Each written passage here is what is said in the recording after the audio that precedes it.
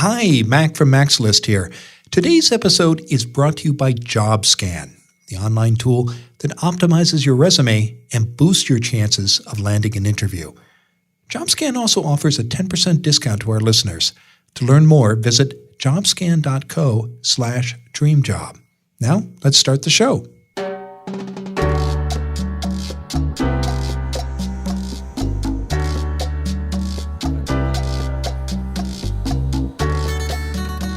This is Find Your Dream Job, the podcast that helps you get hired, have the career you want, and make a difference in life.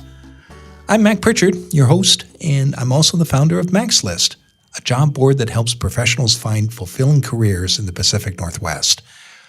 I believe that lifelong learning is the key to a successful career. And to get a better job, you need to learn job hunting skills that will help you find the role of your dreams. That's why we're here today. Every week on Find Your Dream Job, I interview a different career expert. We discuss the tools and tactics you need to find the work you want. This week, I'm talking to Callie Rogers about how to remain positive when you're unemployed.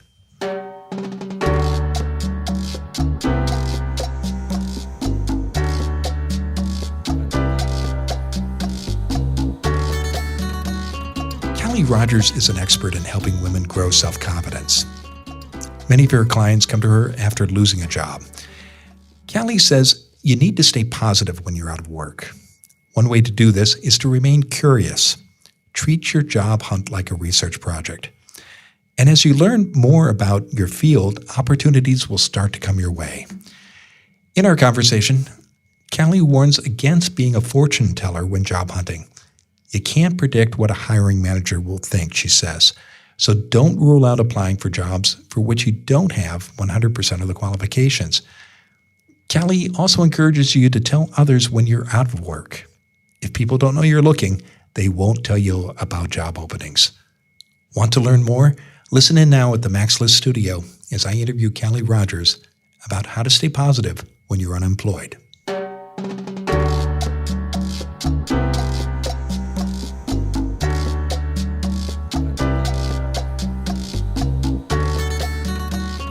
Callie Rogers is the founder of Blush Online Life Coaching. Callie helps women grow self-confidence, get over nasty breakups, and work on better relationships. She's also the author of Conquering Your Quarter-Life Crisis. Callie joins us today from Hollywood, California. Callie, thanks for being on the show. Mac, thanks so much for having me. Well, it's a pleasure. And our topic today is about unemployment and how to stay positive when we're out of work. And Callie, it's not surprising that people do get discouraged when they're out of work, is it? Oh, no, not at all. It's completely normal, but we have to make sure that you balance those normal feelings with, self-sabotage, trying not to get ahead of yourself and make sure, that you're not totally down in the dumps the entire process. Well, let's talk about the factors that can contribute to a person's state of mind when they're out of work. What should people be paying attention to? Yeah, I think when people start identifying, themselves through their work, meaning if I don't have a job, then I'm nothing, that's when, you can start slipping into really dangerous thought patterns. And it can definitely prevent you from future employment if your entire self-worth is tied up into a paycheck. That's when you start going after things that aren't suited for you. You might botch an interview because you're just putting too much pressure on it. And so it's really about compartmentalizing and understanding that you still have worth, even if something happened in your career that you weren't planning on. Well, let's talk about how to do this, Callie, because as you say, you're under a lot of pressure when you're out of work. You're thinking perhaps about finances and how you get that next position. And you do want to put your best foot forward because employers do pick up on the signals that you're sending. How do you work with the people that you serve? How do you help them stay positive when they're unemployed? Sure. So obviously I don't want to ignore the basics. Like you mentioned, there are bills that need to be paid. If you have a mortgage or rent, That I understand that is so primal and it needs to be fixed immediately. And if you don't have those basic needs being served, then it is really hard to stay positive. So usually the first step will be, okay, how can you make, the bare minimum right now? And just with the nature of technology and all of these amazing startups and kind of, the gig economy, there are so many opportunities that most people can access that will at least get them by for the next month or two. And of course, if people have a savings account, we can go over how to appropriately budget. But that's the first step I normally take, just so that spiraling thought process of, oh my gosh, I'm going to have to move back home with my parents, or what are my kids going to do, or whatever is on your mind can at least be silenced so that we can really start doing the work. So once you get those basics, you pay attention to your finances. Maybe you've taken a temporary job with a staffing agency, or you're doing some contract or gig work. What do you do next, Callie? So step one is normally to figure out, okay, what happened and how did we end up unemployed?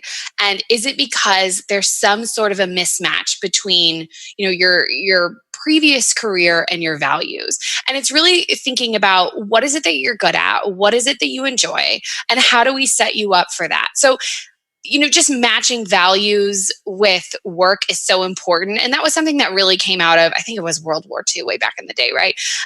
It was all about this thought process of, oh, it's okay to enjoy work. It's okay to have a career that you actually love.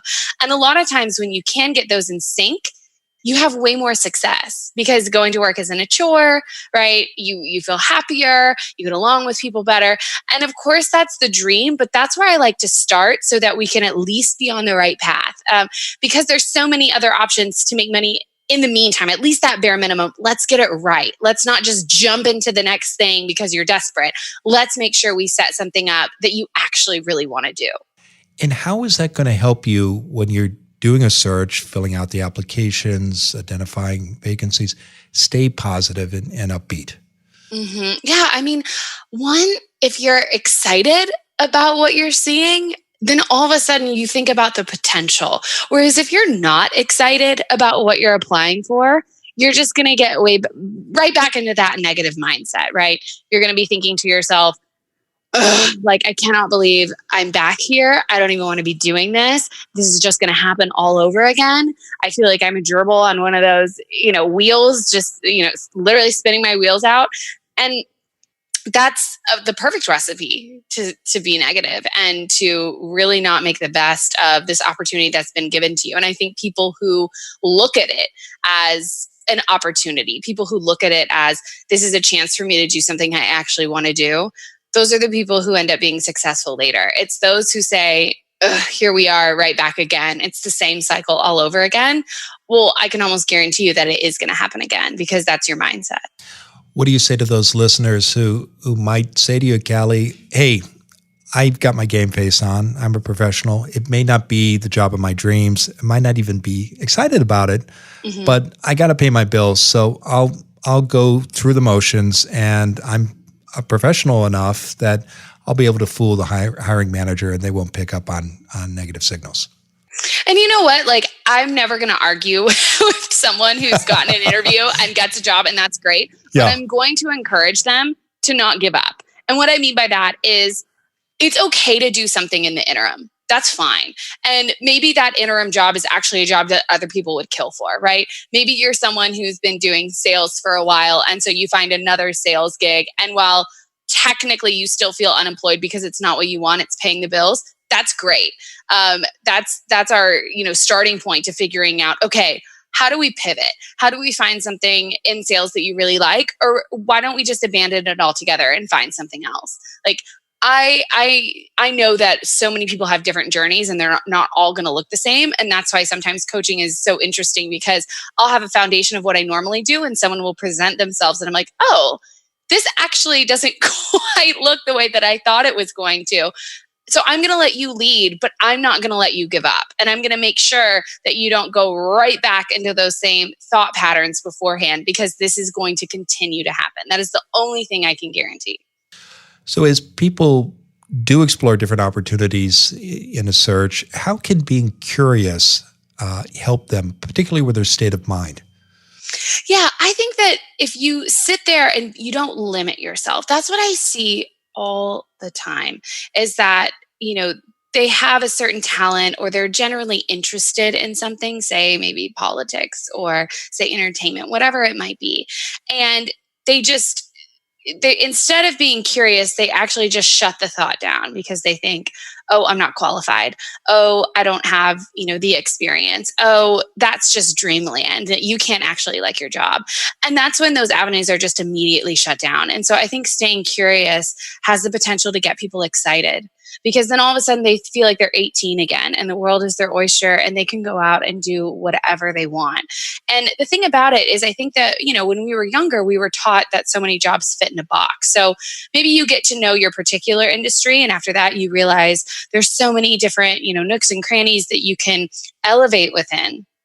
But then you leave that industry or you leave that niche and you realize, okay, all I know is what I was taught when I was younger. I know teacher, I know lawyer, I know doctor, and those make sense to me. Those schemas are what I grew up learning.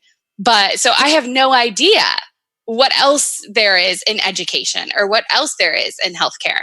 But of course, there's so much more there. And if you're curious and allow yourself to snoop around and do some research and talk to people, I can almost but guarantee you that you're going to find something within that particular niche that you actually do have experience in or that you actually are well suited for. You just didn't know it existed.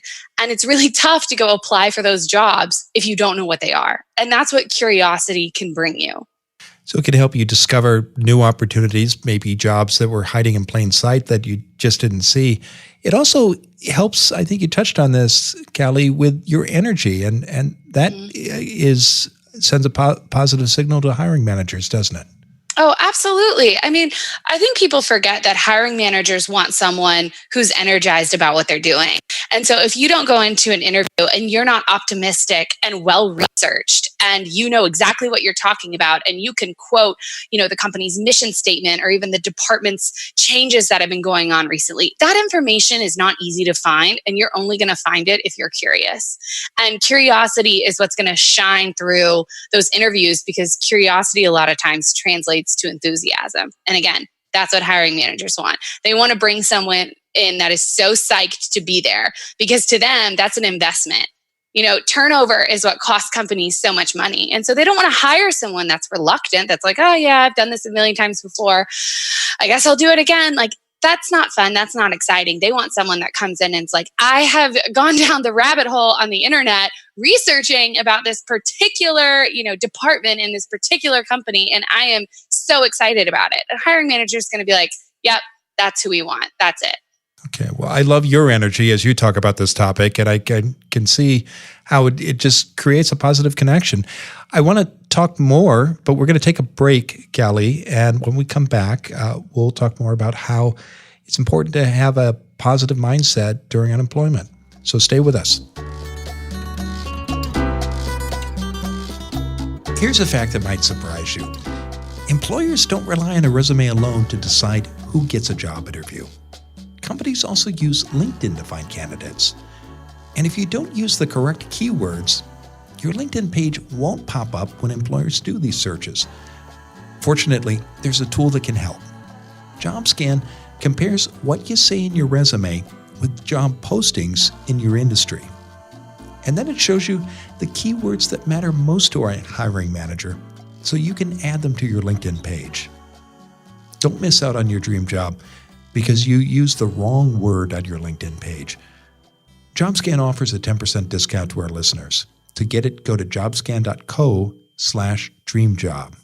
Again, that's jobscan.co/dreamjob.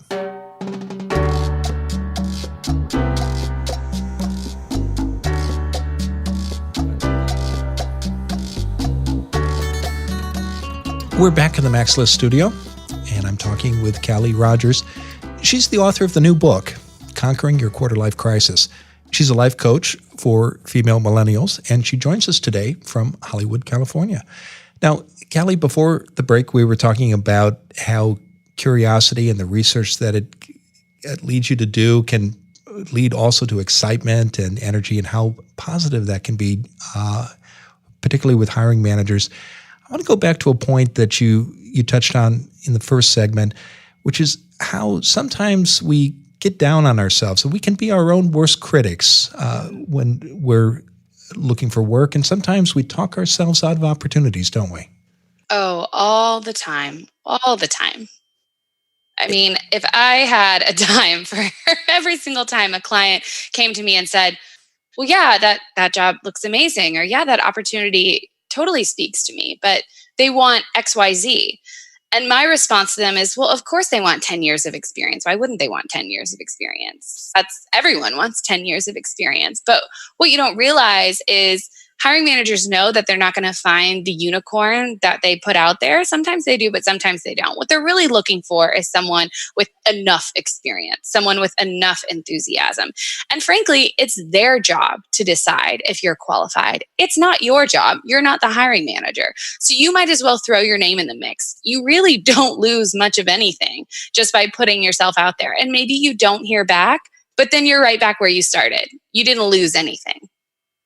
So when people are considering applying for a position and it asks for a list of qualifications, do you have a recommendation for your clients where there's a kind of cutoff if you don't have, say, 50% or 40%, or I don't know what the number might be, Callie, but a point where you just have to meet a minimum? I normally look at things as, can it be taught? Is there something on there that you can't, that you aren't meeting because you just simply haven't learned it yet? And if that's the case, then go on and apply, because you can fix that before the interview starts. So proficiencies, things like you have to be well versed in this, software or this organization system. That to me isn't a red flag, because so much of that you can buy a course on the internet for $15 and become a pro before the interview. Other things like, you need to have had this specific experience with this specific title. That sometimes is a no-go, but it just depends. I mean, every job qualification is different. And just in my experience, I know that so many things on here you actually have more control of than you realize. But I take it on a case-by-case basis. And again, most of the time, these job applications don't take a ton of effort. You already have a cover letter written. You already have a resume ready to go. You just have to edit a few things. And then why not just give it a shot? If it doesn't work out, again, it's okay. You hopefully put a bunch of other seeds out there. I mean, getting a job is really just a numbers game. And the more you increase your numbers, meaning the more jobs you apply for, the better chance you have of getting one. What's your best advice, Callie, about managing expectations? Because every time we send out an application, we're thinking, I'm interested in that. That might be my dream job. What do you say to people when they either don't hear back or they get a rejection letter? How can they just manage the disappointment along the way? So I like to tell clients to work with the abundance theory, which is basically that there's room for everyone. It's the same thought process as there's plenty of fish in the sea. And I know it's just a figure of speech, but when you really do zoom out and realize, okay, yes, that seems like your perfect job, but there are lots of jobs very similar to that. This is just the one that happened to be open right now that you happen to see on LinkedIn or on Indeed, but that does not mean it is the only one out there. So it's okay if you don't hear back. It's okay if you don't get an interview, or maybe you get an interview and didn't get it. It's all practice. And again, the more that you get in the habit of putting yourself out there, and the more you actually get rejected over time, the less and less it stings. You're used to it. And that is part of the process. That is how corporate America works for the most part. You are going to get rejected. You're going to feel deflated after applying and not hearing back, but it only takes just one person to say yes. So you have to increase your chances and just take it with a grain of salt every time you don't hear back. I want to go back to a subject we touched on a moment ago, which is when considering whether or not to apply for a position. There's research out there, and I know you're familiar with it, that says men are more likely to apply for jobs for which they might have 60 or 70% of the qualifications, and women sometimes they set a much higher standard for themselves. They might think they need to have 90 or even 100% of the qualifications. Can you talk about that and how and why that's important when you're trying to remain positive when you're out of work? Yeah, I think that women, a lot of times, and I've seen this, they take themselves out of the game way too soon, really before it's even started. And sometimes it's a self defense mechanism, but a lot of times it's out of being polite. They don't want to waste anyone's time. They're not thinking about themselves. They're thinking about the company that's receiving their resume and thinking, oh, I really don't want someone to roll their eyes or, sigh and be like, oh, this sweet girl, she thinks that she's qualified, but she's not. And that is so not the mentality that you need to have. Instead, women have to empower themselves to say, okay, maybe I don't meet everything, but I'm great. And if I can get myself in the room, they're going to change their mind about me. And that's all I need. And the real way to get yourself ahead in these situations, and we kind of talked about, what happens when you're really amped up for a job and this is the one you want. My biggest advice is to use your network, is to go and see, do you know someone who works at that company? Do you know anybody who has some sort of a connection there? How can you put a face, right, to your application? How can you get other people to vouch for you? Because that's going to be the most effective way to get you in the door. And that's what a lot of women need. They just need that confidence to be able to put their name out there and to get an interview, because so many times women are very qualified for things, but the idea of wasting someone else's time just irks them to their core. What's your number one tip, Callie, to get that confidence to send in that application? What have you seen work with your clients? A lot of times, to be completely frank, I do work with a lot of women, of course, and I ask one question. I say, what do you think a man would do? And without hesitation, they say, oh, he'd apply. A man would apply. He would have already applied. He wouldn't be talking to you about this. I'm like, yeah, I think you just answered your own question. If a man would apply, then why aren't you? And it just, I don't know what it is. I mean, well, I ask myself this sometimes as well. But there's just this stereotype that men have an inflated sense of self-confidence, which I don't even think is a bad thing. I think it's great. That's why they get so many opportunities. But women need to do that for themselves as well. And when we ask ourselves, well, other people are doing it and they have permission, why don't I? And the reality is they do. And we all just have to continue to take advantage of it, because that's how we're going to get more representation in the workplace. Got two final questions for you. First, let's talk about this. Sometimes people are reluctant to talk about being out of work. Why do you think it's important, Callie, for people to tell others that they're looking for work? Oh, it's so important. And to be honest, Mac, this is the hardest part.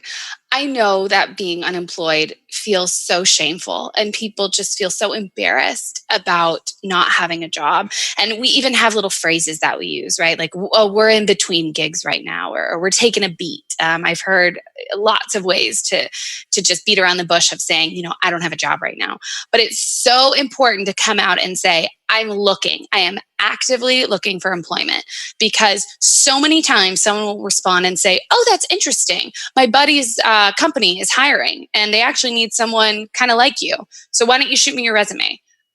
People do like to help other people. It makes us feel important. When I know of a job opening somewhere for a friend and I meet someone who I think would be a good fit, that makes me look good. That makes me feel good when I can connect them, because sometimes, who knows, I might even get a finder's fee out of it. You never know how much someone else is motivated to help you.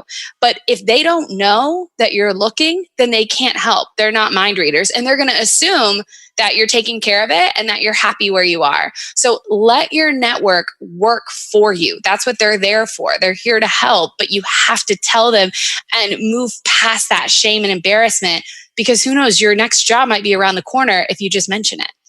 And finally, I know you're a big fan of volunteering during a job search. How can that help both with the search and with staying positive during a time of unemployment?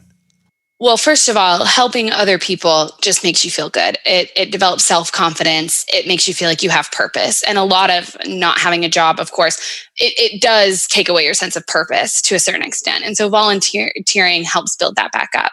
Second, it gives you a trial run over maybe something that you're interested in. If you want to work with animals, then it's a great idea to go volunteer at an animal shelter to see if doing this every day would bring you pleasure. And the third thing is that, nonprofits have employees. They do hire people. And a lot of times you have to know people within the organization in order to get hired. So volunteering can actually turn into a full-time job easily if you let it. But, and fourth, and this is probably maybe even the most important thing, it gets you out of the house. It gets you moving around. You're not spending money. You're working, and maybe you're not making money doing it, but at least you're doing something. And again, it just quenches that sense of inertia that you have whenever you are unemployed and you kind of get into a funk. So it really does help get you moving again. Terrific. Well, Callie, tell us what's next for you. Well, I did write a book, and I really hope that everyone likes it. I do focus a lot on just career satisfaction, unemployment, because this does plague not only, millennials, but people of all ages. So that's what I'm really excited to share with you guys today. Well, I know people can find your book, Conquering Your Quarter-Life Crisis, on Amazon. We'll include a link in the show notes and on our website article. And they can also learn more about you and your work, Callie, by visiting your website. And that URL is joinblush.com. Callie, thanks for being on the show today. Thanks, Mac. It was so much fun. It's been a pleasure. Take care.